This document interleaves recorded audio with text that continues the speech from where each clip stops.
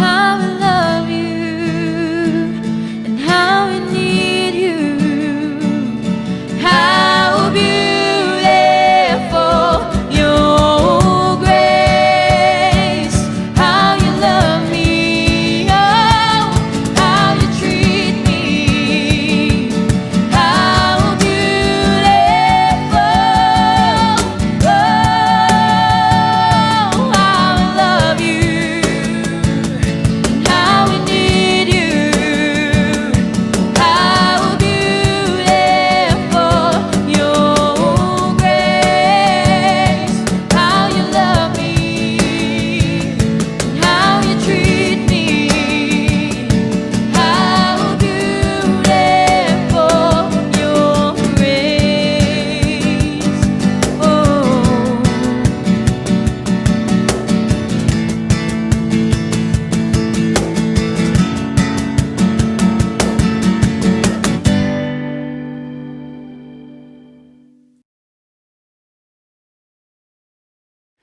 May nga daw sa tanan ako mga kaigsuunan nga nagpadayon sa pagsunod sa atong Bible study hangtod karong mga bulana. Gani, ato namang gisugdan pagsaulog karon ang bulan sa Nobyembre. No, nagsugod kining sitwasyon nato sa virus sa Marso o niabot na lang ang November, naa paghihapon siya. Apan dili kini makababag sa atong pagpadayon sa pagsimba diha sa Ginoo. So karong buntaga or karong hapuna sa dili pa ta mo padayon sa paghuman sa gipadayag kapitulo 3 bersikulo 7 hangtod sa 13, no, akong gihangyo kung gusto mo nga moapil sa atong paghimo sa communion, pwede ninyong andamon daan ang inyong elements aron nga dire-diretso na ta sa atong paghimo nini nga Bible study.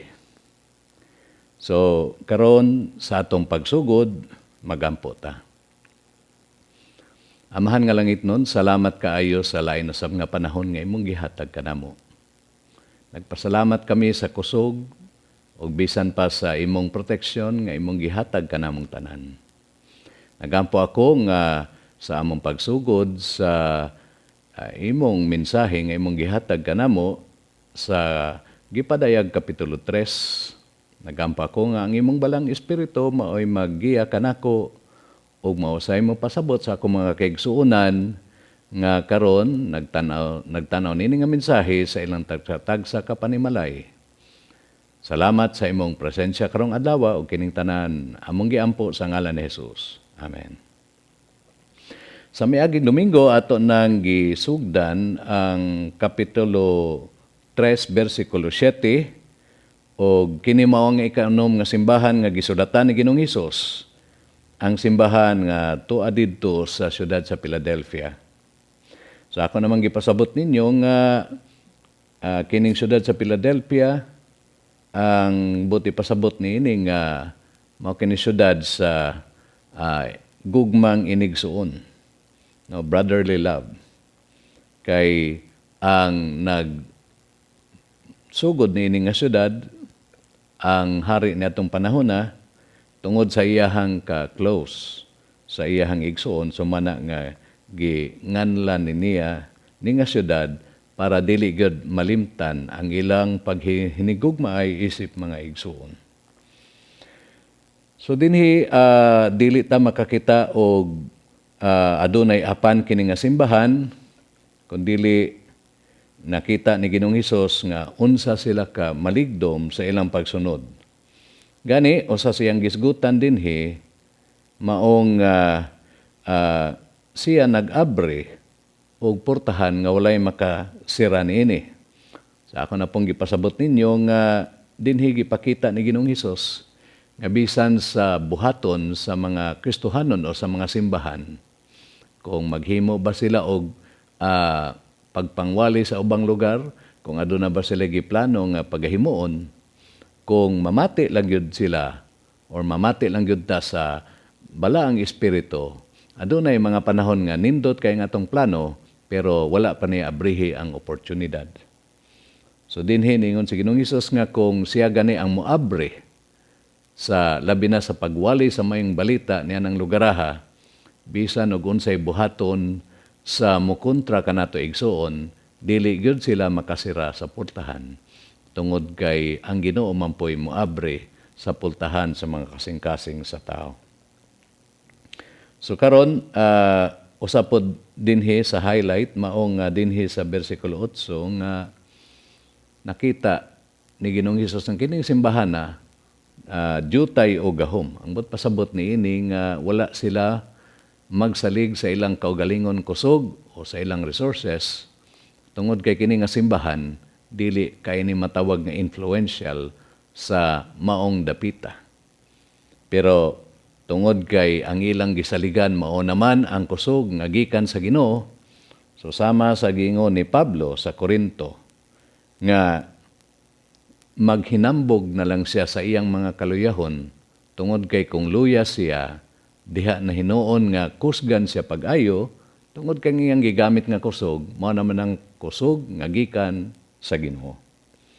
So ato nang ipadayon.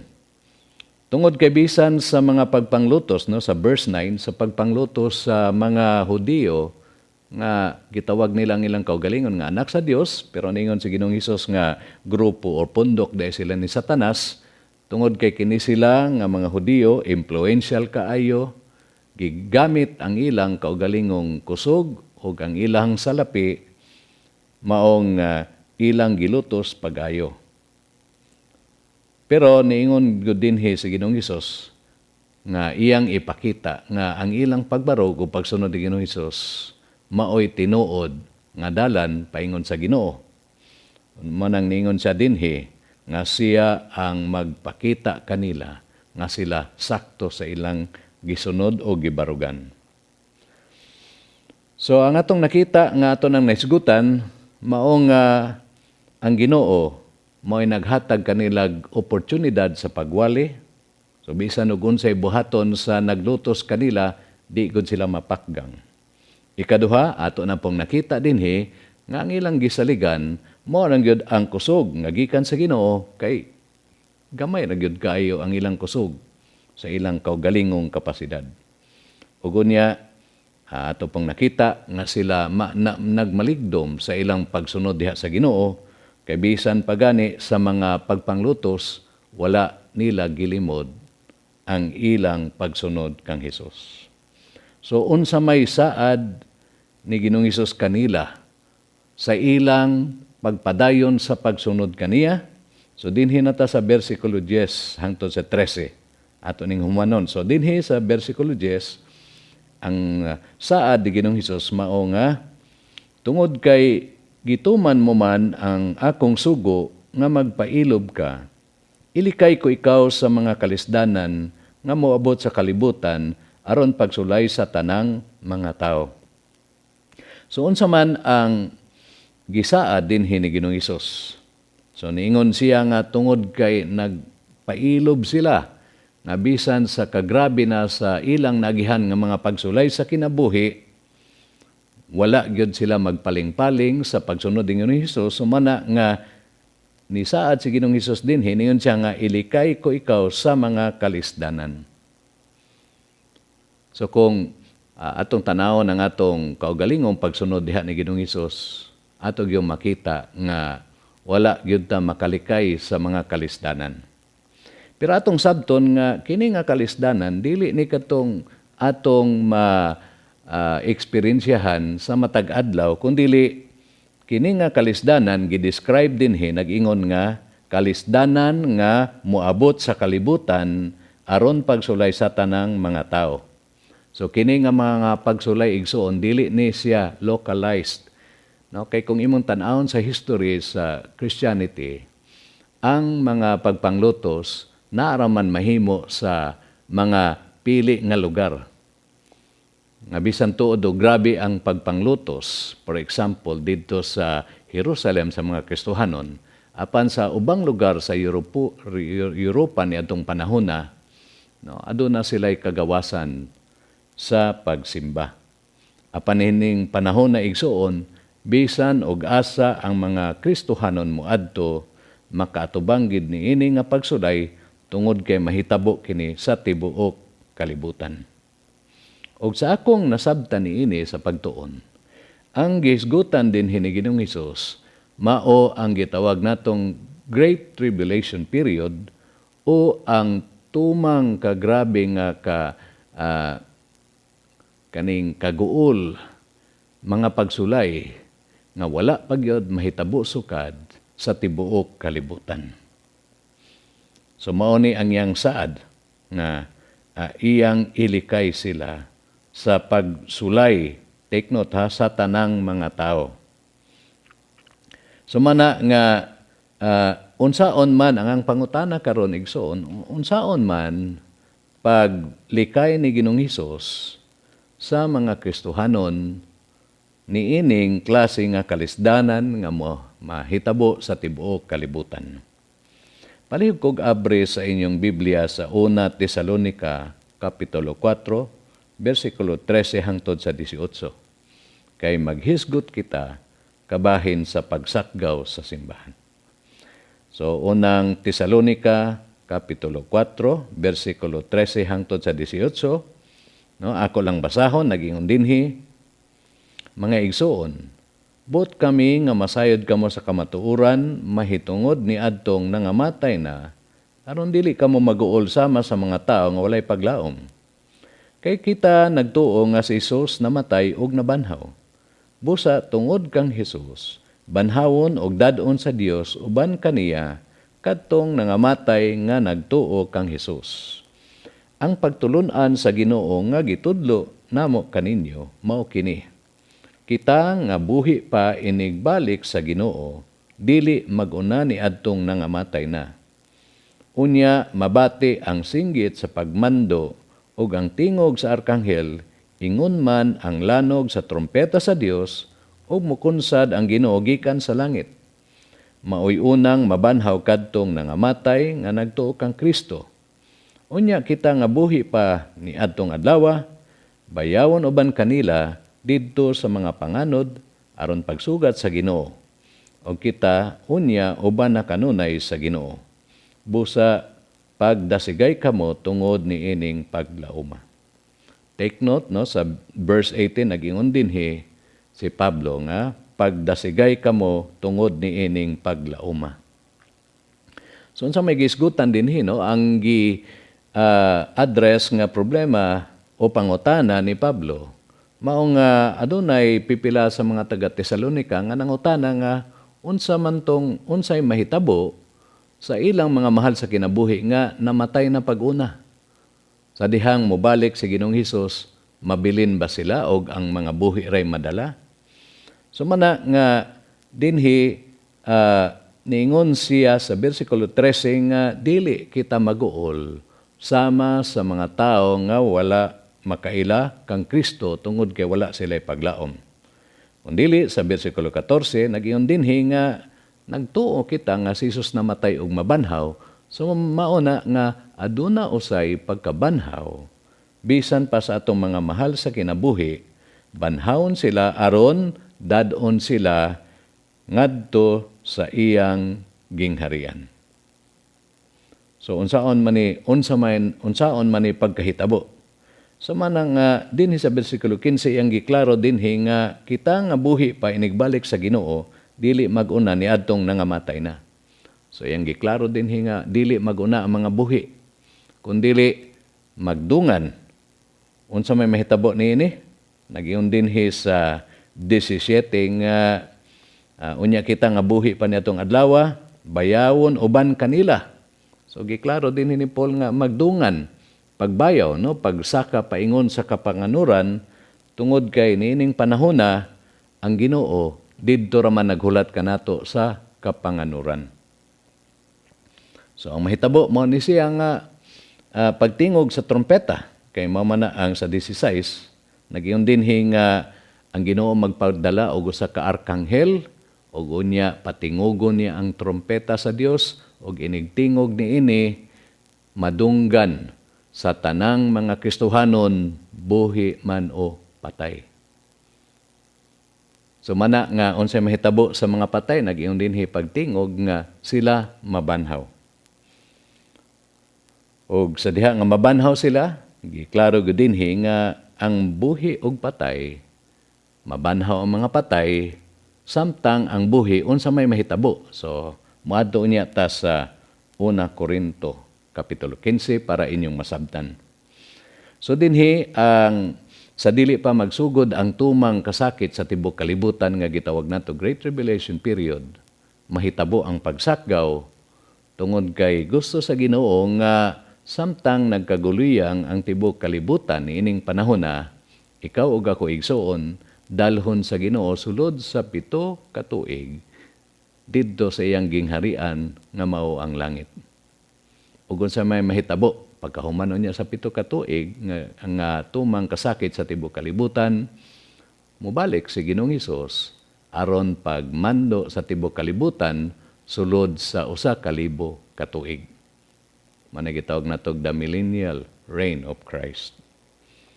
So karon igsoon, ato namang nakita nga unsa di ay mahitabo niining panahon na sa tibok kalibutan. No, adto ta sa 1 Korinto kapitulo 15 versikulo 51 hangtod sa 54. Kay maghisgot diri og unsay mahitabo sa mga buhi. So akong basahon 1 Korinto kapitulo 15 versikulo 51 hangtod sa 54. Nag-ingon dinhi 51 mao kini ang misteryo. Dili ang tanan kanato mamatay apan kitang tanan kalit nga mga usab. Sama kakalit sa usa ka pagpamilok. Mahitabo kini inigtingog sa katakpusang trompeta. Kay inigtingog niini ang mga patay banhawon aron dili na gyud mamatay ug kita mga usab. Kay kining lawas nga madunot kinahanglan magsulob sa pagkadili na madunot ug kining lawas nga mamatay kinahanglan magsulob sa pagkadili na mamatay. Busa kun kining lawas masuloban na sa pagkadili madunot o kung kining lawas nga mamatay masuloban na sa pagkadili mamatay, matuman na ang kasulatan nga nag-ingon, gilaglag sa dayon ang kamatayon diha sa hingpit nga kadaugan. So din sa 1 Korinto kapitulo 15, ang gihisgutan ni Ginoong Hesus ni Pablo mao nga kining pagbalik ni Ginoong Hesus dinhi og dinhi sa unsay mahitabo niining nga mga bersikuloha sa 51 hangtod sa 54, dinhi gipakita nga maora ni siya nga panghitabo. Take note sa verse 52 nag-iyon dinhi nga mahitabo kini inigtingog sa katapusang trompeta. Okay? So mana nga ningon nadaan siya sa 51 nga dili ang tanan mamatay. So sa ato pa inigbalik ni Ginoong Hesus didto sa kapanganuran adunay mga Kristohanon nga buhi pa og unsa may mahitabo no sa katong mga nangamatay na nag-ingon dinhi nga banhawon sila kay inigtingog niini ang mga patay banhawon aron dili gayud mamatay. Pero kita nga buhi pa ningon si Pablo dinhi nga kita mga usab unsa man ka paspas ningon dinhi nga sama sa usa ka pagpamilok. So ingon ana kapaspas ang kanang pagpamilok verse 52 nag-ingon dinhi nga mao kini ang mahitabo no sa usa lang ka pagpamilok less than 1 second. Ang mahitabo mao nga dinhi sa 53 na ang lawas nga mamatay ilisa na o pag magsulob na sa pagkadili mamatay. Ang lawas nga madunot ilisa na o dili madunot nga lawas. So gitawag nato ni siya o glorified body. So manay mahitabo igsoon, no? Pagtingog sa trompeta sa Ginoo, unsa may mahitabo, di ba? Kung for example na nagtalikod ka unya sa imong likod adunay mo patingog og trompeta. Or kanang sa kanabitang mga turotot sa mga bata nga gamiton sa Christmas. So unsa may mahitabo, wa ka kahibalo nga aduna day ay sa likod mo patingog sa iyahang kaning trompeta. Unya pagtingog, di ba, makalitan ka pag-ayo, unya makapamilok yung ka. So ingon na pod ang mahitabo igsuon, no nga for example kung mutingog karon ang trompeta sa Ginoo, sa usa lamang nato kapag pamilok kay nakalitan ta ang ato na dayang makita mao nga ilisan na sa Ginoo kining lawas nga madugta mamatay, ilisan na og lawas nga dili mamatay, dili na madugta, dili na masakit. So himayaanon nga lawas nga mao'y lawas nga gihatag sa Ginoo sa dihang iyang gihimo si Adan ug si Eva. Mao kini ang panahon nga wala pa sila mahulog sa pagpakasala. So mao ni giingon ni Pablo nga buhing paglaom tungod kay bisan og unsa ang atong gipangbati karon nga mga sakit no sa kalawasan kini kuhaon na pinaagi sa pag-ilis ni ining glorified body o himayaanon nga lawas. O gigsoon, unsa man ka importante ning himayaanon nga lawas. Kining himayaanon nga lawas, no, putli kini, wala na kini sala. So sa ato pa, mao lang yun kini nga klase nga lawas ang makasulod didto sa gingharian sa Dios ug wala na ilaing. So man igsuon, usa ni ka dako nga pagdasig kanatong tanan. Na kung atong tanawon karon ang atong kalawasan, nagkaanam na og deteriorate, nagkaanam na og kaluya. Apan salamat igsuon tungod kay aduna patay paglaom nga dili ra din hitaman ang atong pag-antos ang atong kinabuhi kung dili pa moabot kining pagsakgaw kung kwaon na sa Ginoo ang atong hinulaman nga kinabuhi. Sa sunod unya nimong pagmata sa imong mga mata, mao na kini ang imong masaksihan, ang pagsakgaw, ang pag-abot ni Ginoong Hesus. So mapadayon ta igsuon. Dinhi nata sa bersikulo 11 sa Gipadayag kapitulo 3. Ang lain pa niya nga gisaad mao kini, muanha ako dayon. Bantayi nga dili maunsa kanang imong gihuptan aron walay makailog sa imong korona sa kadaugan. So, nisaad siya dinhi nga muanhi ako dayon. Diba nga bisan pa sa sa panahon ni Pablo, siya mismo excited siya nga hapit na maabot si Ginoong Hesus sa ikaduhang higayon. No? Pero wala pa niabot si Ginoong Hesus. Kani mao ni ang pangutana sa uban nga nganong sa pipila na kalibo ka tuig wala pa man ni mahitabo. Apan igsuon atong hinumduman nga ang timetable sa Ginoo, ang panahon sa Ginoo, ang usa ka adlaw para kaniya sama kini sa usa ka libo ka tuig ug ang usa ka libo ka tuig sama lang kini kaniya sa usa ka adlaw. Hinumdumi igsuon ni sulat si Pablo nga kung mo'y imong gibati karon nga murag naglangan pa nga mobalik sa Ginoong Hesus, giklaro lang yun ni Pablo nga dili gusto sa Ginoo nga adunay kalag nga malaglag sa impyerno. Kay kung nibalik pa si Ginoong Hesus sa tuig 1982, 1983, dili ko madala igsuon tungod kay nadawat nako si Ginoong Hesus sa 1984 naman. So mana nga ang pag-ingon din ni Ginoong Hesus nga muanha ko dayon ang bot pasabot niini nga dili siya maglangan-langan. Na say kaugalingon niyang timetable. So igsuon hapit na gyud ang pagbalik ni Ginoong Hesus sa ikaduha ka higayon aron pagkuha kanato. Samtang nagpaabot pa ta. No kay nay mangutana nako nga unsa na gyud ka duula. Ang ako lagi yung tubag nga posible nga kini nga henerasyon, kining atong henerasyon, maoy makasaksi ni ining pagsakgaw. Unya mo nga nang uban, so kumaon na lang din na, dili na lang kaita maning kamot nga magbalay tagdag ko or mo biyahe pa ta or mo eskwela ta kay hapit naman mo balik sa Ginoong Hesus. Gani ang akong tubag kanila mao, nga samtang nagpaabot pagyud ta sa pagbalik ni Ginoong Hesus, ang atong buhaton, mao nga kung unsa ang gipabuhat kanimo sa Ginoo, padayon sa pagbuhat niini. Ihatag ang imong pinaka-best, ang tanan nimong kusog. No? Kung nakita nimo karon nga gusto sa Ginoo nga mahuman kasi mo pag-eskwela, human na ka na igsoon. Orang uban kaninyo nangandoy og makakuan og mga kabtangan, basta lang nga dili masakripisyo ang inyong relasyon sa Ginoo, ipadayon ka na igsoon.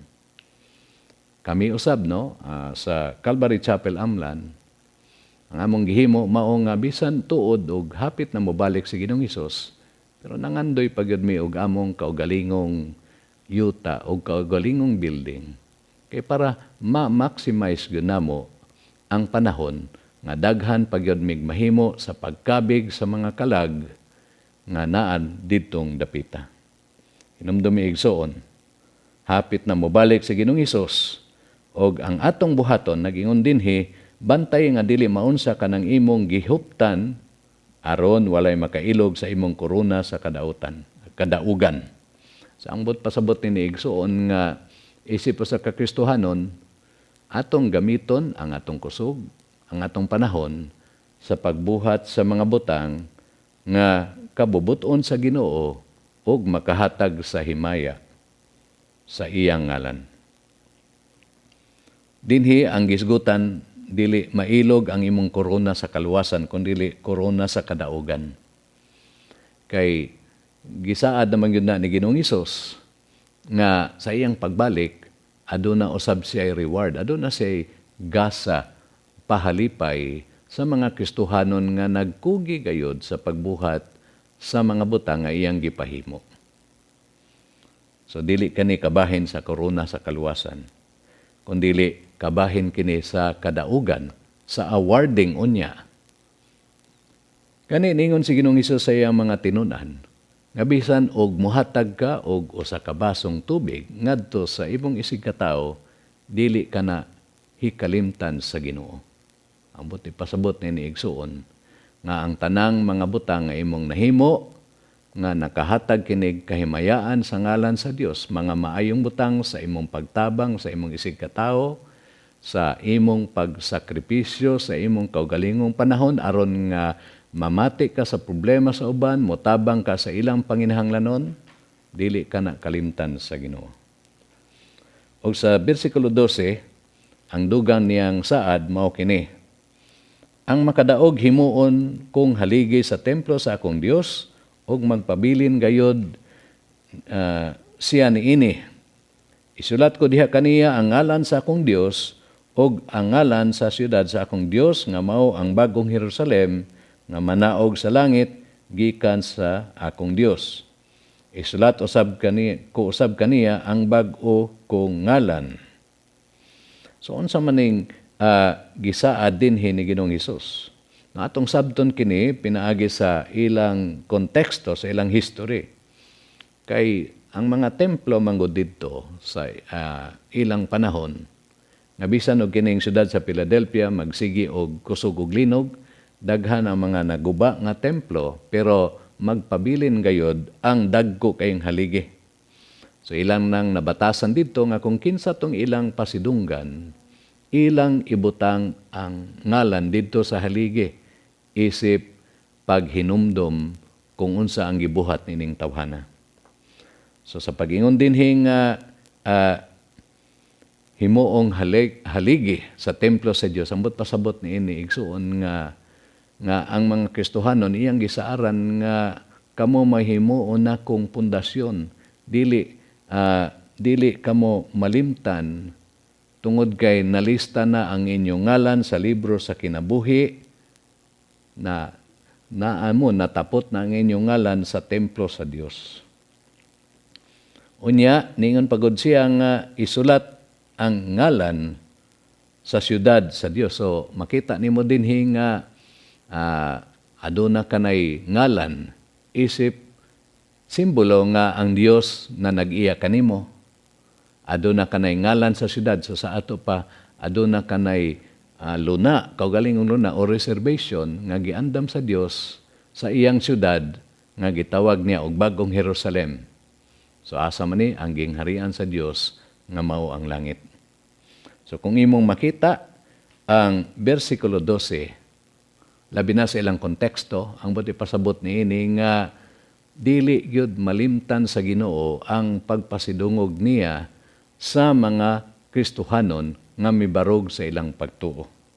So manang nagwarning siya sa bersikulo 11 nga magbantay sila aron dili makuhaan ang ilahang reward, ang ilang kadaugan. O dinhi sa bersikulo 13 sa katapusang bersikulo, niingon din ni Jesus, busa kung may dalunggan ka, pamatia ang giingon sa Espiritu ngadto sa mga simbahan. Nakahibalo ko igsuon nga karon nakabati kaniini kay gitagaan kita og dalunggan. Kay kung dili ta makadungog, then wala tay responsibilidad. Dili pud ta makasabot kay wala man ta kadungog. Apan bisan og aduna nga depekto ang imong dalunggan, apan mabasa paghihapon nimo ang mensahe sa Dios pinaagi sa Biblia. Inumnumi igsuon nga dili makabalibad ang tao. Wala siya'y rason. Dili siya makalusot. Bisan pa sa katapusang judgment sa Ginoo. Ngano man. Kay kung imong tanayon, bisan pa sa unahang mga kapitulo sa Gipadayag, nga ang tanang mga binuhatan sa tao, nakalista na sa mga libro. So, unsaon man igsuon, nga ikaw dili mahadlok sa pag-atubang unya nimo sa Ginoo. Ang imo lang yung buhaton, mao ang pagdawat ni Ginoong Hesus nga imong personal nga manuluwas og siya na Ginoo sa imong kinabuhi. Kung himuon nimo kini nga pag-ampo, miingon ka nga Ginoo, miangkon ko ako nga ang makasasala, nagkinahanglan ko sa imong pasaylo. O kung miingon ka karon nga karong adlaw Ginoo, ako kang dawaton Ginoong Hesus nga akong manuluwas og Ginoo sa akong kinabuhi. Then nalista na ang imong ngalan sa libro sa kinabuhi. Karon igsuon, palihog ko og kuha sa inyong communion elements. Kay karon ato na sam hinumduman ang sakripisyo ni Ginoong Hesus nga gihimo niya dito sa krus. Hinumdumi nga ang adunay katungod niini nga makaapil ni ining communion o katapusang panihapon, mao lang gyud ang mga anak sa Dios. Kay gihimo niya kini kuyog sa iyang mga tinunan. So karon igsoon kung imo nang nadawat si Ginoong Hesus nga imong manuluwas o Ginoo sa imong kinabuhi, aduna kay katungod sa pag-apil niini. Sa dili pa nato dunganan sa pagkaon o sa pag-inom sa gigunitan ninyo nga kopa, ako lang ipasabot kaninyo nga atong gihimo karon dinhi mao lang gyud ang paghinumdom sa kamatayon sa sakripisyo ni Ginoong Hesus dito sa cross aron ang atong tanang sala mapasaylo. So wala pa madakpi si Ginoong Hesus, nasayod na siya nga niabot na ang takna. Iyang gitapok ang iyang mga tinunan sa katapusang panihapon. Og dito na sila, nikuha siya sa pan, iya kining gipikas-pikas, og siya niingon sa iyang mga tinunan. Kining pan mao'y simbolo sa akong lawas, nga akong gisakripisyo tungod og alang kaninyo. So igsoon ato nang dunganan sa pagkaon.